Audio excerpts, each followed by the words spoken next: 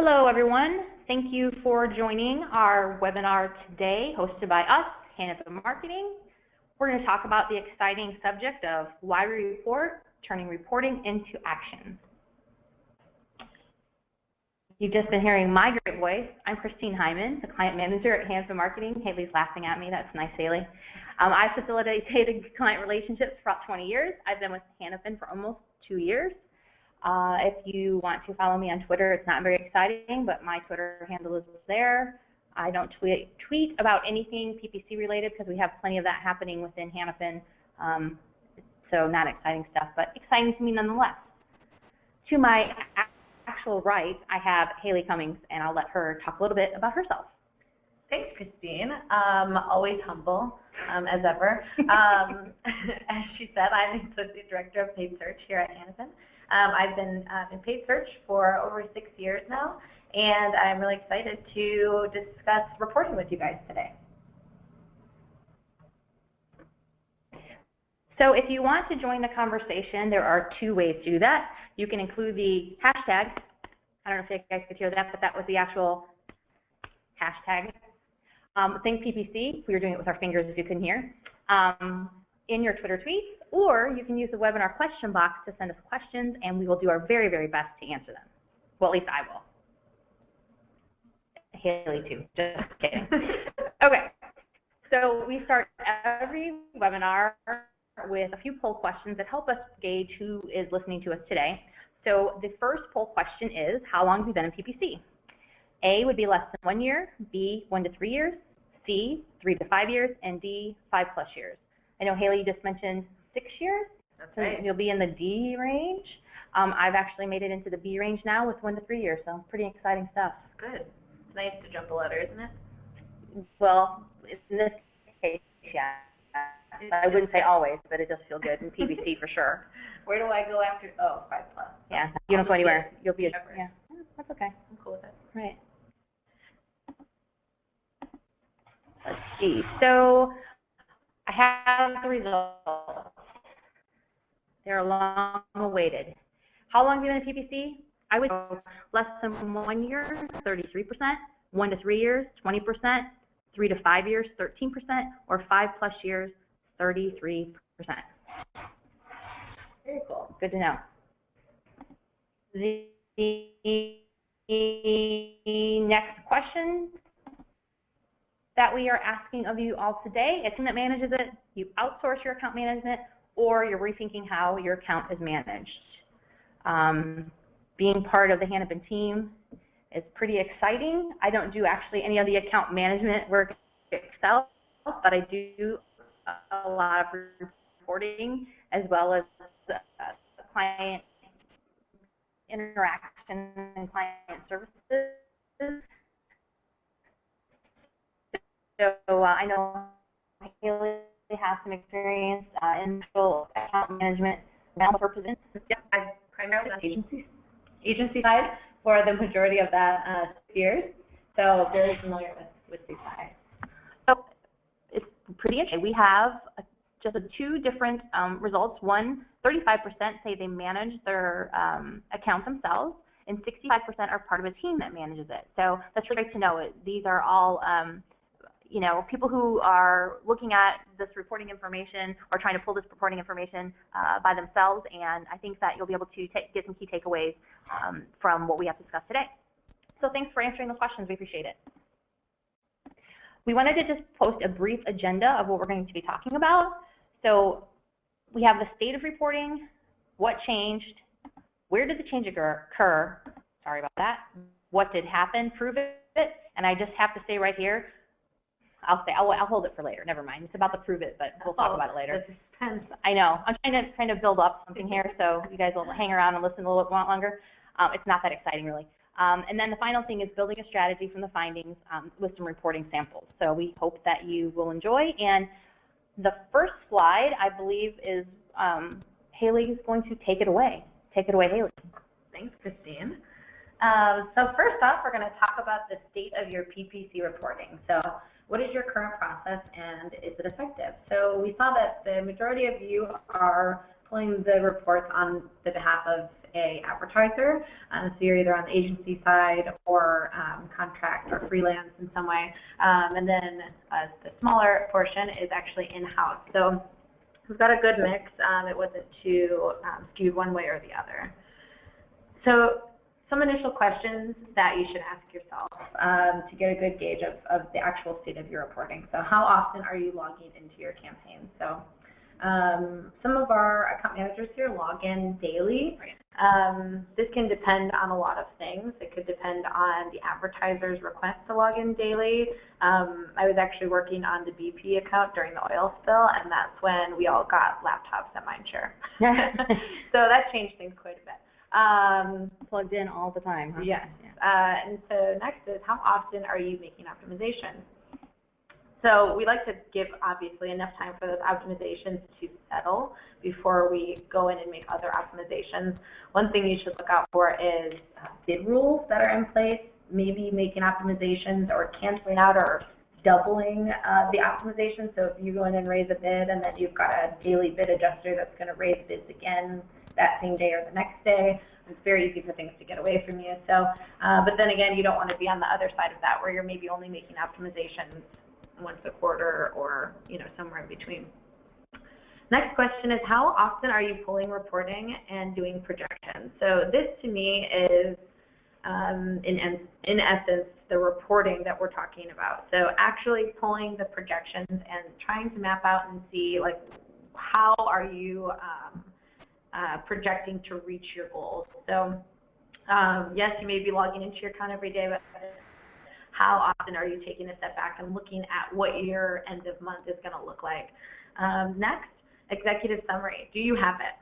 For many of you that are pulling this for a client, this is something that we highly recommend as part of your reporting, especially because there's different levels within your advertiser's company that may be coming in and out of meetings, and they don't have time to maybe walk through all the details of what we're doing in paid search. And it's great to have an executive summary with some really robust key findings included in that, so they can get a good idea of the direction of the account.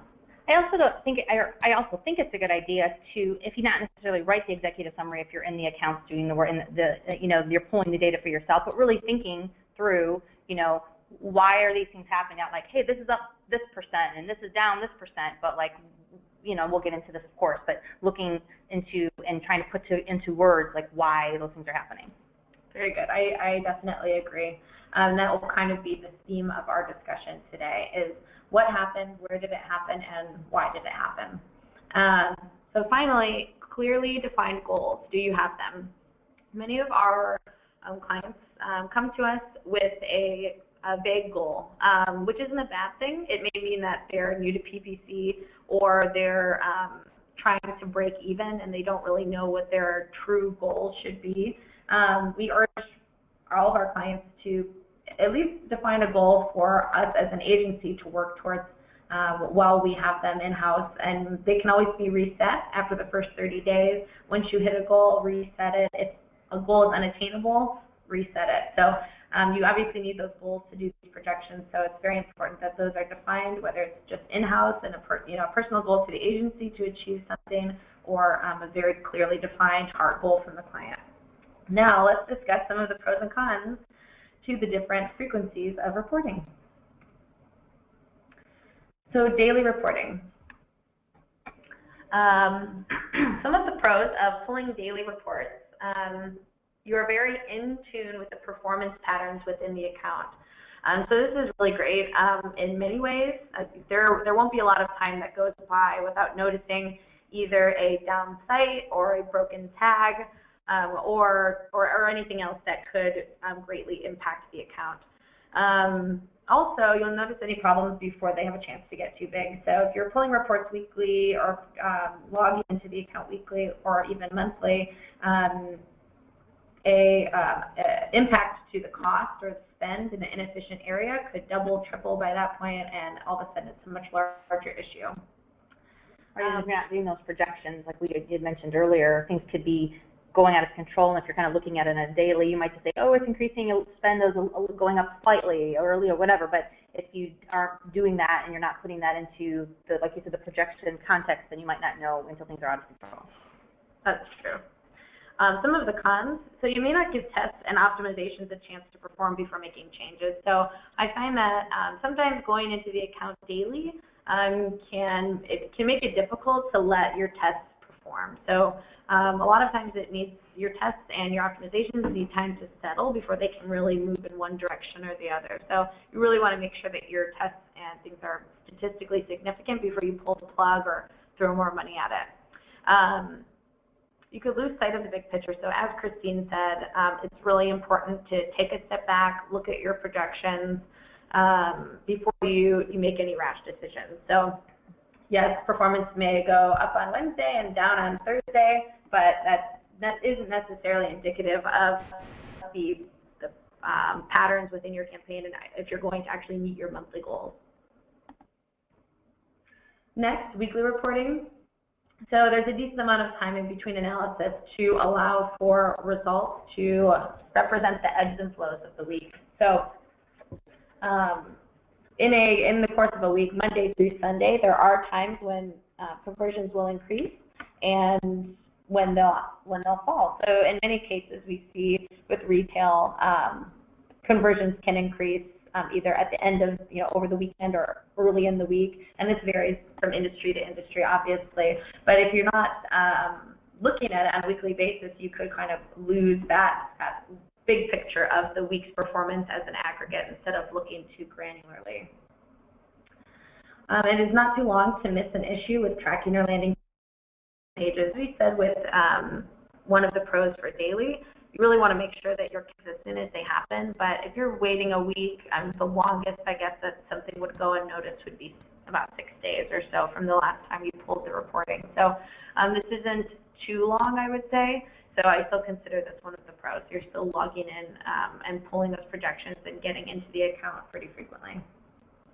Some of the cons.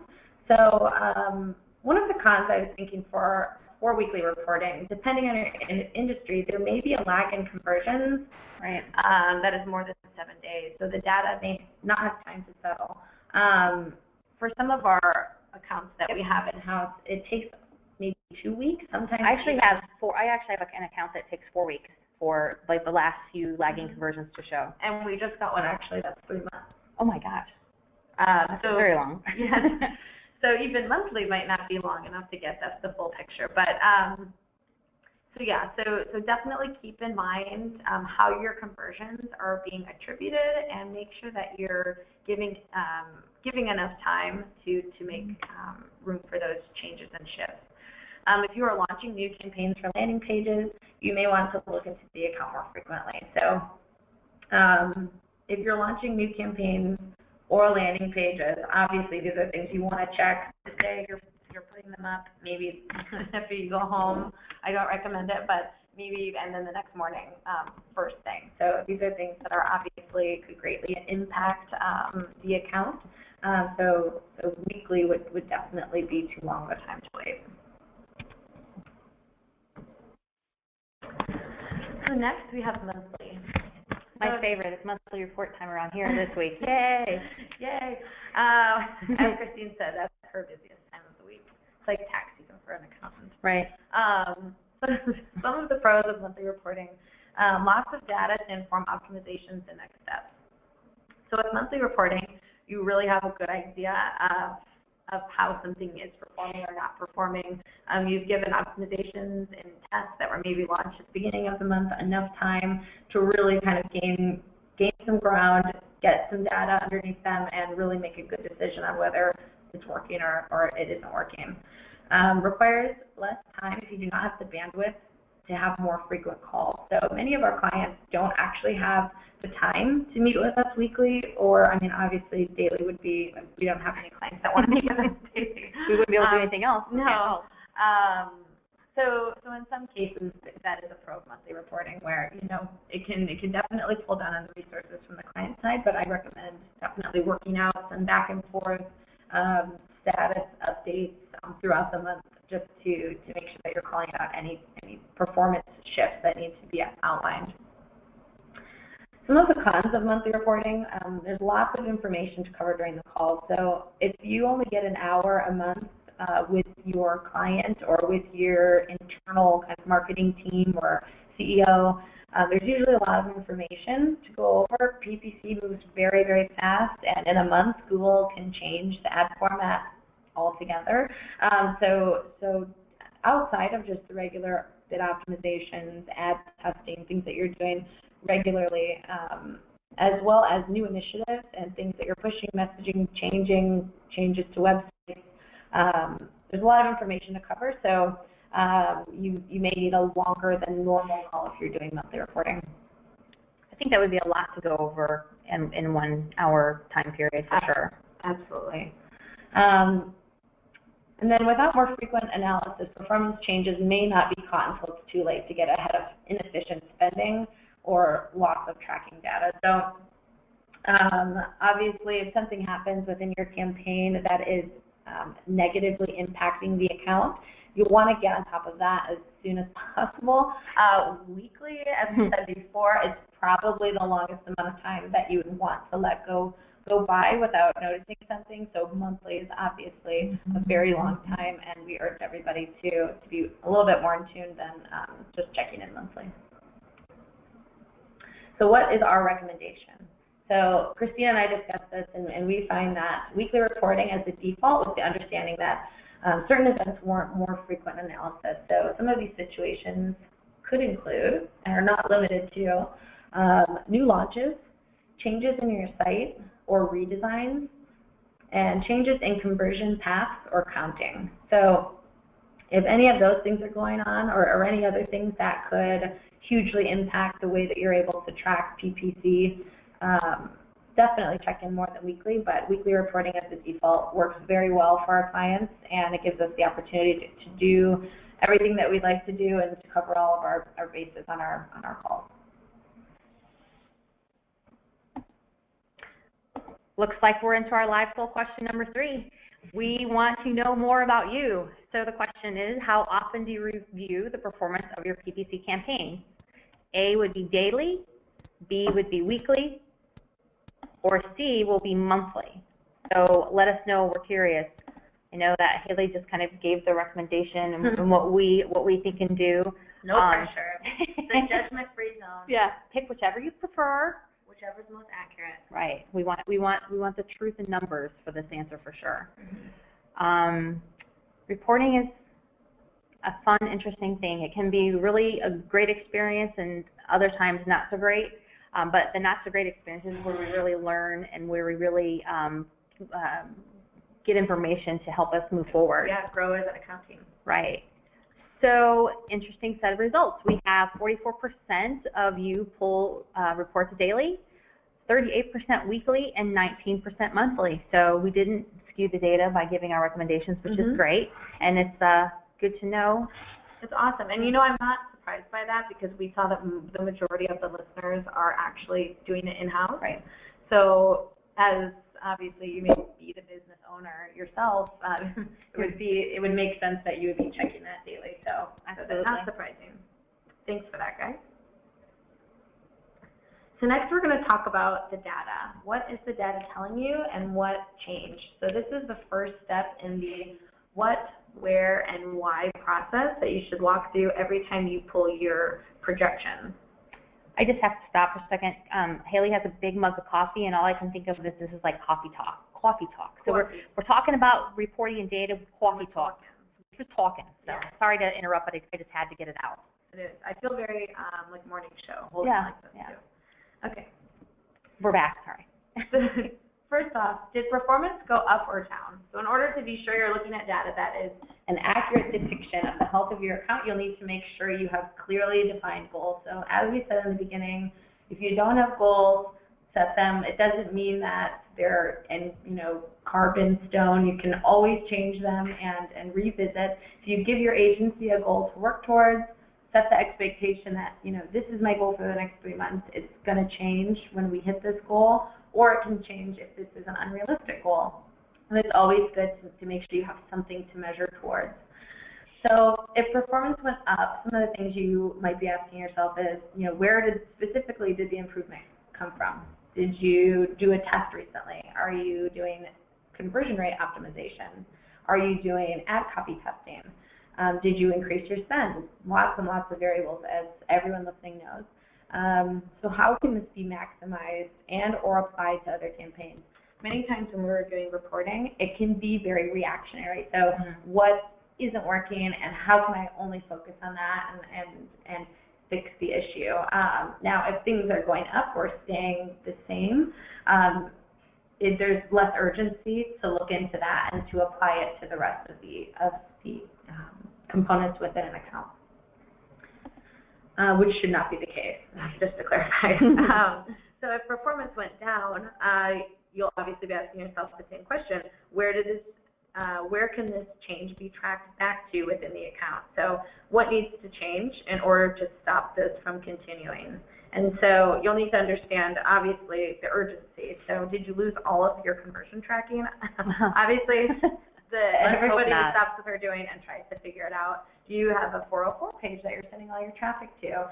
All of these things are obviously very big issues, and you'd want to get on that ASAP.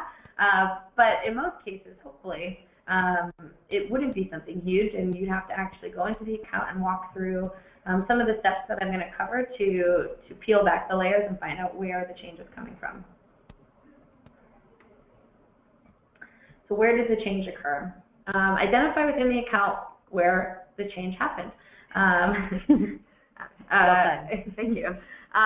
Including a compare option, maybe done easily within AdWords. So many of you are probably very familiar with this.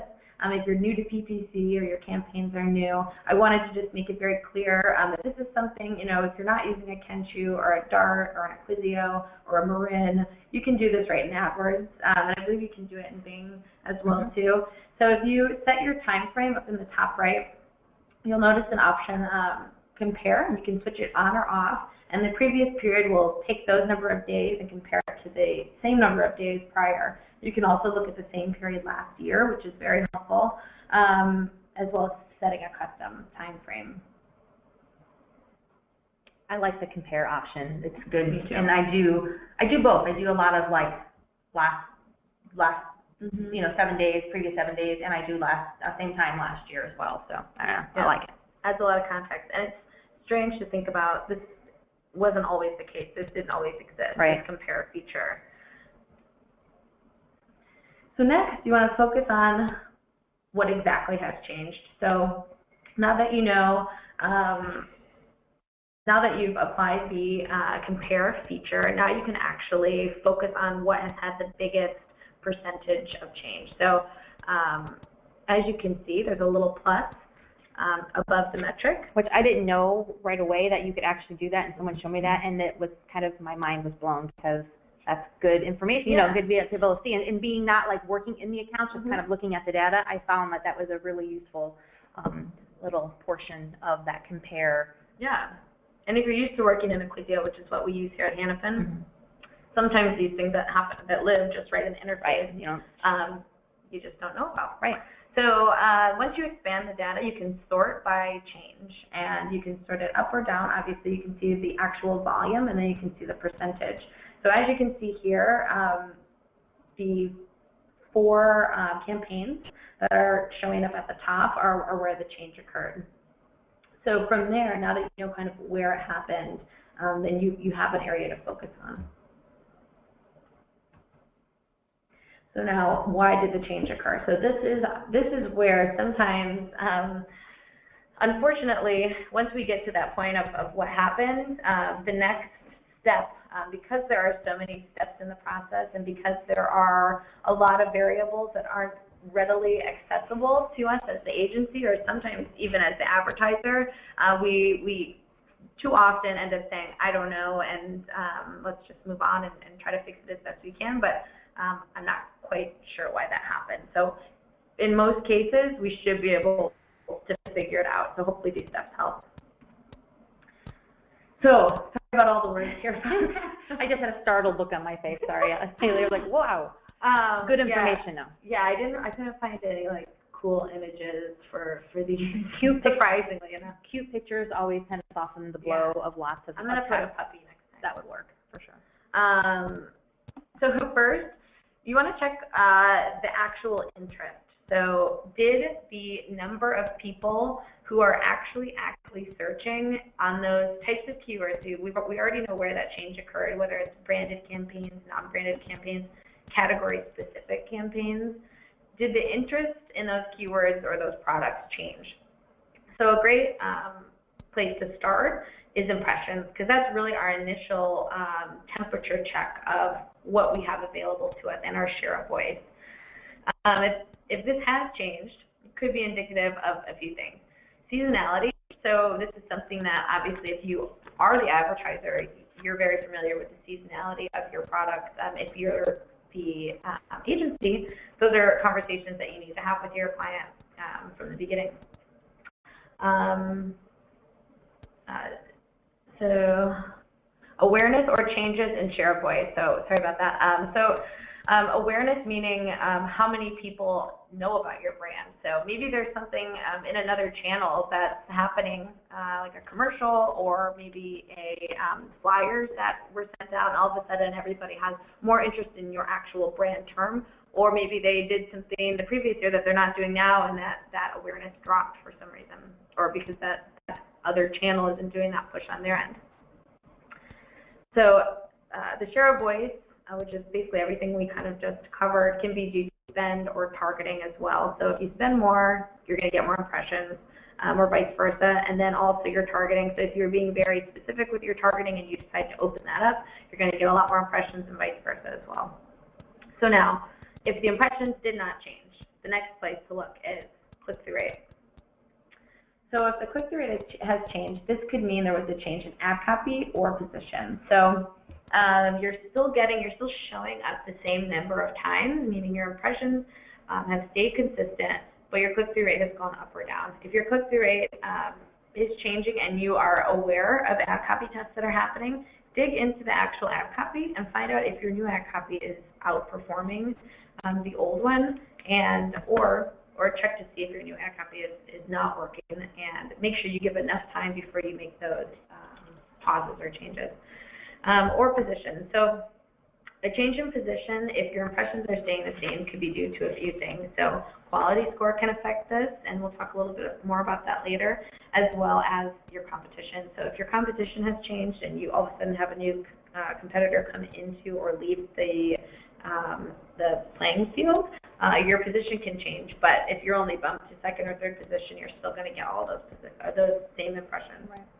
So if that has not changed, now we move into the next phase, which is conversion rate. So you're still getting the same number of people to your site. That click-through rate is consistent. Now, what's happening on the site that is causing the loss or increase of conversions, or leads, or whatever you're counting?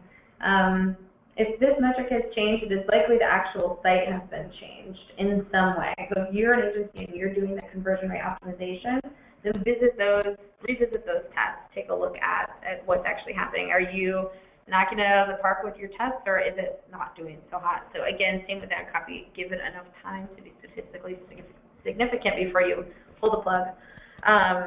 If you are not running any tests, confirm that all pages are loading accurately. So if you're on the agency side, make sure that the client isn't making changes on their end that would impact the pages. So they're not changing things that would result in a 404 page while they're working on those. Changes here could also be due to a change in the actions that are being counted as conversion. So recently we had a client who included the About Us action or page as a conversion, which obviously, we're patting ourselves on the back, like, wow, we are doing awesome. But About Us is really not getting them much of anything. So and it may be valuable to them, but it's really, you have to kind of dig in, even when things are doing better, to get a really clear picture of the value that you're driving on the back end. And if those About Us pages are tracked to revenue. And at the end of the day, that's what every advertiser cares about. Oh my gosh, here it is. Christine, why did it change? Now we have to prove it. So that we know where to focus on. Every time we've been talking about this, I've been thinking of King Julian from Madagascar and saying, we've got to prove it, and actually like pushing my hands up to the ceiling, like, come on, party people, prove it. So go raising the roof. Yeah, I'm sorry. I don't know all those kids' lingo these days. Thursday, and you raised the roof. I raised the roof. High five. So, Haley, I just really set you up for big things. I hope that you can come through for us. Prove it. Oh, pressure's on. Okay. So, and another slide with words. I'm sorry. So why did this change occur? So now that you know what actually changed within the account, now prove your hypothesis. So it's one thing to say, well, you know, our conversion rate went up or down. Usually a client will want to know why, or an agency will want to know why so that they can fix it or build upon it. So we highly recommend that you take the time to figure out this next step, and it's very important for driving the business forward. So a few of these things, so I have 7 bullets on here. These are the places that we can check as advertisers or as, you know, the account owners, and if you're in-house, these are places that we can go to and try to like prove our hypothesis on our own. So first, quality score change. So one of the things that I want to point out about quality score is that it is not retroactive. So if you go in to your accounts and your position has changed, or your CPC decreased slightly, or something that could be the result of quality score changing, and you want to see why or how, you know, that change occurred and compare the before and after, you won't be able to do that. The quality score exists and is attached to the component of that campaign, and you don't get that retroactive information. So, but without doing a shameless plug, HeroPro actually has a quality score monitor that will track and record the long-term history of your quality score to help you identify where optimizations need to be made. So there is a way to do it, just not within the interface in AdWords specifically. Yep, that's a great thing to point out. We consider anything with a 6 or above quality score as a pretty decent quality score. So if you're at a 6 or below and your goal is to increase that, something like that quality score checker, or what is it called? It's quality score monitor. I should know that. You should. Is a great way to track your goals. Or you can just go in and pull the reports and save them all over months too. Yeah.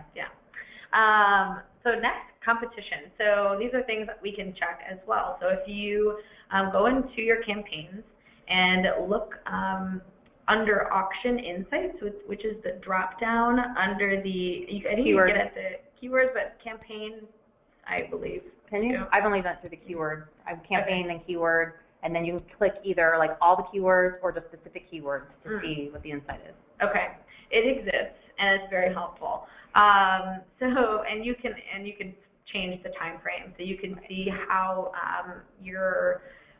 what your share of voice looks like, and if it's changing, and how often you are ranking above or other competitors are ranking above you.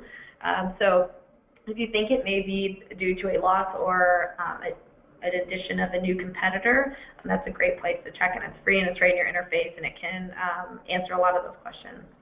And as we kind of went through this earlier, SpyFu is another way to kind of keep your finger on competition. There is the free portion of SpyFu that is easy to use and can give you some insight that may be helpful as well. Absolutely. Next, testing. So in most cases, if you're the agency, you'll know about all the tests you should know about all the tests you're running. I hope you know about all the tests. Yes, unless of course you have different capabilities within your agency that could be running maybe tests around SEO or web development tests or tracking and data analytics testing, 4C additions. There could be a lot of things going on that you're not privy to, but if you are running the test yourself, you should be able to check it, or at least reach out internally and make sure that there aren't any other tests happening. So, and we highly suggest that any tests that could impact PPC be shared with the PPC team before they launch. That way we can kind of prepare for those changes. And also change, maybe if we're not looking at the campaigns or different components of the account, as frequently as we should if something's launched. If we don't know it's launched, we wouldn't, of course, do it. So knowing that it's launching will definitely help us increase the amount of time that we check what's happening. So. Yep, I agree. Next, conversion counting. So as we said before, we can go into AdWords and take a look at this ourselves. In the conversions drop-down tab at the top under Tools, you can actually see what those conversions are. So as I said before, it was very easy for us to see that the About Us conversion tag was added in. So it was obviously a direct correlation with why our conversions were increasing so much. So we can check that on the agency side, or if you're on the advertiser side, you can check that as well. Better targeting. So targeting can mean a lot of things. Here's just a few examples: match type, geo-targeting, or day parting. So better targeting, or I guess targeting that isn't working as well. It could go both ways. If your targeting has changed and you've made these changes recently, this is usually pretty indicative of the change, because it can be, it could be a shock to your PPC campaign. So if all of a sudden you're only showing up between 5 a.m. and 9 p.m. when you were able to run kind of throughout the night previously, and then as we've all learned, Google will start making sure that your budget is spent within that time frame. So you may be showing up more often and in different ways if those changes are made. So definitely go in and check and make sure that if any targeting or settings were changed, that you can get a handle on that. Bid optimization. So these are pretty straightforward. If you're seeing better or worse performance, check and make sure that those bid optimizations were done according to the standards and against the goals that they should be done against. And then finally, negative keywords and match type changes. So negative keywords, that is also a type of targeting. If you're ruling out a number of keywords that you were previously showing up on, for example, we have a real estate client that was showing up on a lot of restaurant keywords, just broad matching to those terms. By ruling that out, you will see obviously a dip in impressions. Which would be a good thing. Yes, yeah, and hopefully your click-through rate would either increase or your conversion rate would increase if people were for some reason clicking through, which they do. So yeah. So you may need some additional information. If another channel is doing a push, as we said before, it is likely that it will impact the account or impact the amount of brand searches that are happening. So get the flight calendars in advance if you can. Do the work up front so that you can get ahead of any of those potential issues. So I like to do it quarterly, just as a little tip. Site changes due to other marketing initiatives like SEO could have an impact on how paid search is able to convert. As I said, if any changes are happening to the website, this could impact. So if your SEO ranking is not on the first page and all of a sudden it is on the first page, we know that SEO and paid search work best when they're together as an aggregate, but it's great to know when those changes are being made, or to the site, if the navigation to a conversion changes, those could all have an impact. Next, seasonality and nuances about the industry should be shared at the beginning of the client-agency relationship. So if you're running this on your own, you know all of those things, but your agency likely does not. Some things we just can't figure out. Unfortunately, there's not, usually a very helpful blog to go to about, the nuances of, the real estate industry and PPC. So we need your help as an agency. It shouldn't be kind of a slowly peeling back the layers and a slow drip of information as we kind of go through and we forgot to tell you guys, we never do well in April. This is a really crappy month for us. Well, we're scrambling.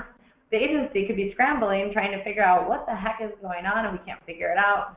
Maybe that's just one of the nuances about your company. Something else that I was informed by a client, they're in travel and have destination-related site, and you would think like warm temperatures would be good for them, but like really hot temperatures, not so great, because they cater to an older crowd. So when you know, it's summertime and it's hot and things are, you know, you would expect things to be going better or really well. And if it doesn't, it could be shocking. So sharing that information, although it seems obvious to you, may not be obvious to the person that's managing your account. Yeah, and I used the example of the other day of if you're a company selling sports equipment. My brother played hockey, so I had to hear my parents complain about this all the time. That's why I'm familiar. But hockey equipment is very, very expensive. So if it's baseball season, your average order value is probably going to be much less than it would be in hockey season. So just some things to consider. Sharing that information up front is always the best option. Sometimes changes happen that cannot be explained by the agency or the client. So sometimes we have to get on the 866 helpline, whether we want to or not. If you have an engine rep that is available to you, that's awesome. Pick up the phone and call them and ask them, did they change the format? Did their algorithm change? Are they being stricter on guidelines and disapprovals? Sometimes we just need their help to figure out why things have changed. So I went ahead and pulled some information from a few different reports so we could talk through real life examples. So let's take a look at reporting. So this first screenshot I took is from a report in the new version of Acquisio, and it is the last 14 days, and it's showing week-over-week performance. And we noticed that conversions dropped slightly in this account, and this is a new account for us. Conversions dropped 9%, and we're just kind of curious to what's going on here. So we wanted to know where this was happening. We went down to the campaign level and pulled the actual campaigns and noticed which ones had the biggest drops. And we saw that branded was down and wanted to look into these campaigns further. So, and this is basically the same thing that we talked about with Google. So the first step is looking at where the change occurred. So if you're using Acquisio, it will look like this, and it's kind of just a nice built-in feature that can highlight the rises or falls in metrics. Absolutely. So we also checked Auction Insights after we saw that information about the brand, and I had to put a cute puppy picture in it just because I think it's cute. And it also helps with the slides, in my opinion. And we found out on Auction. I'm just kidding. Well, it wasn't, but never mind, I won't go there. So we wanted to know if there was a drop of share of voice in Insights, and we found that there wasn't. And did impressions drop? No. So we kind of came to the realization that maybe we needed more time. And the solution we decided was to chill, and that's actually why I picked that puppy, because what's more chill than a puppy with sunglasses? And it looked like there was kind of just a natural ebb and flow of the account, and it was too short of a time frame to get any really meaningful data. And honestly, that wasn't like such a huge drop that we were really concerned, but I just wanted to show kind of the steps that we might take and when we're looking at like a week-over-week comparison. The next one is a little bit more in-depth than what we started with. We're going to be looking at these KPI graphs, and they show where we are for the month, which is the blue line. The green line is the goal, and then the red line is where we are forecasted if we're below goal. So you can see budget, we're above the goal for budget. It looks like we're going to end the month about $5,000 more than where we want to be. Conversions, we are below the conversion goal, and we're going to be about 10 below where we wanted to be. But the big issue we see is the cost per conversions is really more than we want to pay. So we're about $13.31 above the goal. So the question becomes, why are we spending more money? Yeah, conversions are lower than the goal and bringing in a higher CPL. So just a little background, the client wanted to increase budget just overall in the account. And the increased budget was applied to campaigns that had lower budgets that we thought maybe we were missing out on some opportunity. So the first thing we decided to do was kind of analyze what was happening without that added spend to those campaigns, and then what was happening to those campaigns. Below is a screenshot of some analysis that we did, and it were the campaigns that we actually added the extra spend to, what the additional spend was, what additional conversions we got, and how the CPA performed. CPL increased the cost on some of the keywords and campaigns, and it had lowered some on the others. The new expansion was really where the increased CPA had come from. So we're getting, the new spend is bringing in conversions, but at a higher cost per lead. So the CPL was, what was the CPL on the original? So originally, it was down? going down. On the original stuff, it was going down because it was a well-tuned, well-oiled machine. Things were really going well, but when we added that extra spend, it just wasn't as, I can't think of the word I want to use, but efficient. That's exactly the word. Thank you. Than the old stuff, and so what we were seeing was just a higher CPA. And when you blended it together, it didn't look as extreme as these incremental CPAs were, but it brought it up to a point that was above goal. Very cool. So do you know how they were able to segment the added spend and the conversions that came from that added spend, or was it just a before and after comparison?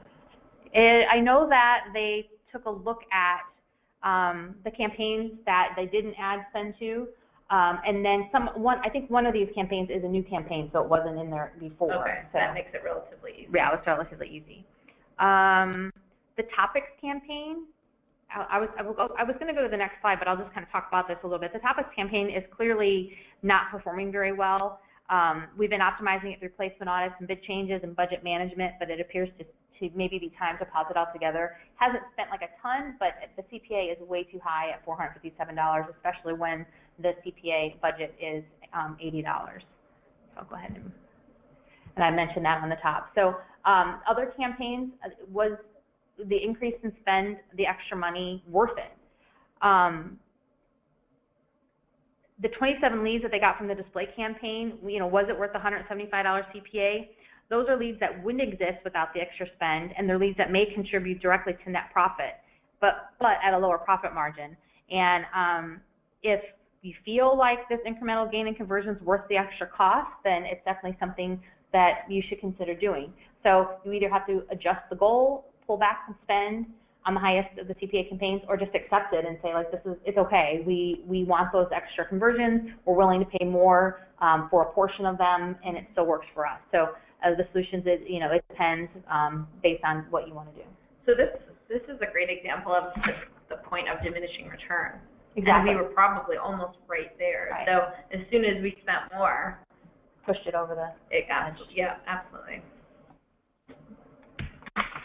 So here I want you to focus on the blue arrows, and this is an e-com client who is looking at return on ad spend month to date, year over year. And as you can see, in March, the return on ad spend wasn't as robust as last year. It was actually down 55%. When we looked into revenue and transactions, we looked into analytics, and you can see we looked specifically into brand, because that's where we noticed, like when we pulled the analytics, we noticed that that's where it had the biggest decrease in revenue. And there were also a handful of other campaigns that had a lower yet revenue year over year, but not to the degree branded did. Now, to be fair, we did restructure part of the branded account, and it did make up for some of that revenue difference, but we are still at about a 50% different year over year. So we looked to see if impressions went down, and they did. We wanted to see if it maybe was, since it was specific to brand, was there a difference in brand awareness? And there seemed to be, but we couldn't really see on our side what it was. And that's where we ended up asking the client some questions on what was happening on their side. And we found out that SSIs, which are, I believe, stand for freestanding inserts that go into Sunday papers, was something that the client relied heavily upon the year prior. And this year, they weren't doing it. So there was definitely a decrease in brand awareness. We weren't getting the traffic from before because people weren't searching for it because they weren't seeing it in their Sunday paper for those who still look at Sunday papers. And this brand and this industry definitely is for older people that would probably still be, getting the Sunday paper. So the solution was we increased spend on keywords that were bringing conversions to increase traffic that would have a higher likelihood to convert. We also restructured the other campaigns. I said there was like a handful, just a couple that needed some improvement with the focus on top performing keywords, and we really saw some great results. So this is a great example of if you don't know why something is happening, don't hesitate to reach out to the client. The goal of any client is to figure out the why. Right. So in many cases, our clients are familiar with PPC, but they don't know maybe all of the nuances and then the things that we discussed, the jargon and all of those details, but they do want to know, well, tell me why this happened. There has to be a why to the performance increase or decrease. So sometimes you have to turn around and ask them why.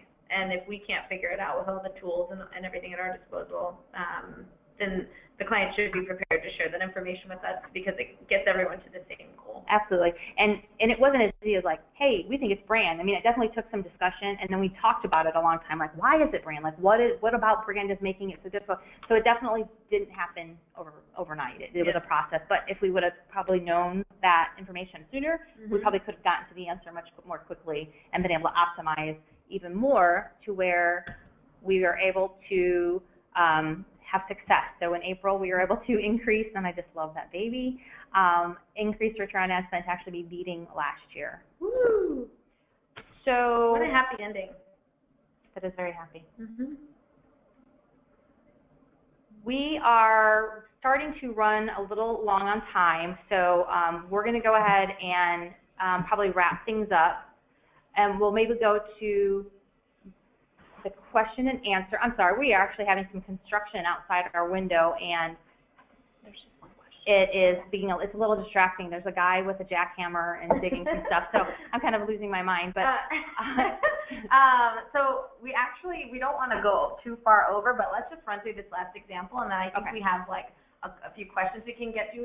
Okay, that sounds great. So we'll just quickly go through this, and then we'll get to the questions. So yeah, we won't talk too fast, but we will. So transactions on this account were somewhat flat over time, and we were trying to figure out how we could get more volume. So the red little square talks about transactions spent over like an 8-week period, and we want to see what we can do there. So we first wanted to see if we were limited by budget. We looked in, and we are limited by budget on some of the accounts, but per analytics, we weren't profitable. So it wasn't something where we wanted to kind of throw a lot of money at and then, be even less profitable or more unprofitable. We also looked at the average position, and we decided, we're not really that bad. They're not 1, but they're not 3, 4, 5. They're not bad. With 2, around 2 is not bad. And then quality score. We mentioned earlier, if you have enough history, you can use the Hero Pro Quality Score Monitor. But a lot of these campaigns were within the first 90 days of launch, so there wasn't a whole lot of information there. So this is a case where maybe there needs to be some more data available since the campaigns hadn't been launched or had been launched within a short amount of time, and we can continue to make optimizations based on the top performing keywords that are high converting and low cost, but we wanted to add some other things in the mix that would help increase the reach of our campaigns and the products we were trying to target. So we're trying dynamic search ads, Bing PLAs, and remarketing. And so one thing I want to point out really quickly is that the reason that limited by budget wasn't just immediately kind of the next step is because analytics said we were not profitable. Right. So by throwing more money at something that's not profitable, you just become more unprofitable. Right. So that's why some of the other things were taken into account. So are we too low in an average position? Can we raise our CPCs to get more clicks to the site? Nope, that looks pretty good. And is our quality score crappy? No, it's pretty new. So it's pretty neutral at this point. So these are some of the other areas. Maybe if those could be more profitable, then we wanted to give it a shot. Right. So hopefully we didn't run through those too quickly, but just a few, real life examples of what you might see. But that actually concludes the presentation portion of, no it doesn't, we have key takeaways. Same thing we said though, look at your reports, find results, what's changed, and then build actions from your findings. So results equal actions. Yep, what, where, and why. Remember that, the 3 W's. Don't throw an H in there, sometimes that happens with how, but it's the what, where, and why. Don't forget it. So are we going to do a Q&A? Okay, we have a question and answer right here that we will go to, but I first want to know if you'd be interested with help with your PPC accounts and management. You can answer one of these questions. I can't talk. I've been talking for a half hour now. I can't talk. PPC management. We handle the day-to-day management of your PPC account. These are the things that Hanapin can offer. An account audit where we review your account for optimizations. A PPC retainer. where we handle only specific needs with your account or free solutions blueprint. We look at your account and provide analysis and consultation for accounts with $20,000 a month or more and ask them. Yeah, it doesn't have to just be 25. So now we have the live question and answer. The first question is, are most of these analytics screenshots from Acquisio? In my portion, all of the screenshots were from Acquisio, except for there was one that wasn't. This one, that's the one I'm showing now is AdWords, but the rest of the reporting features were Acquisio, yes. The second question, for weekly reports, what time frames do you suggest for look back? Past 2 weeks, past 4 weeks? So we might have different opinions on this. I like to look the last 7 days, previous 7 days. I think that's important, but I also like to look over like the last 12 weeks because that gives you a good trend over what's happening. So that's what I tend to look at. What do you think, Haley? So I think it depends on what you find when you look week over week. So if you find week over week, if you see the cause of that change, and you know kind of where you've been trending prior to that, then you may only need to look week over week.